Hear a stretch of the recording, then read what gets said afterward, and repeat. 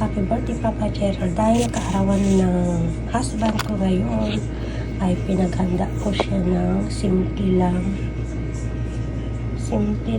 na handa. Ito, pansit, pork chop, siomay, syempre, pichi-pichi,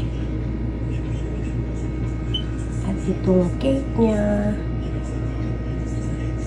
Ginawa ko lang itong cake niya,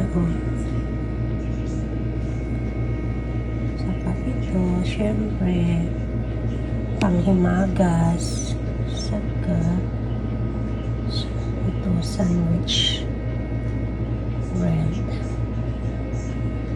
Ayan, tapos may fish.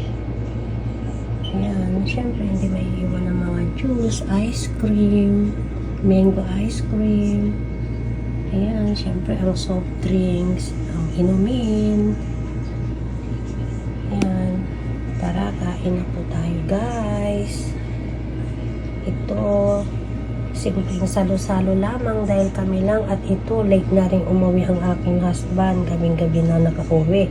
Kaya, nagluto lang ako ng konti. Para bago kami matulog ay ito, nag-celebrate muna kami bago matutulog. Ayan, thank you so much everyone sa lahat ng mga supporters at viewers namin na lagi nagsusupport sa amin. Happy birthday ulit, Papa Gerald. Enjoy your day. Enjoy your special day. We love you. We always love you, Papa.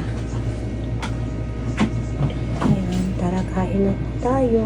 Pasensya na po kayo kasi ito lang po yung handa namin dahil kami lang ang kakain.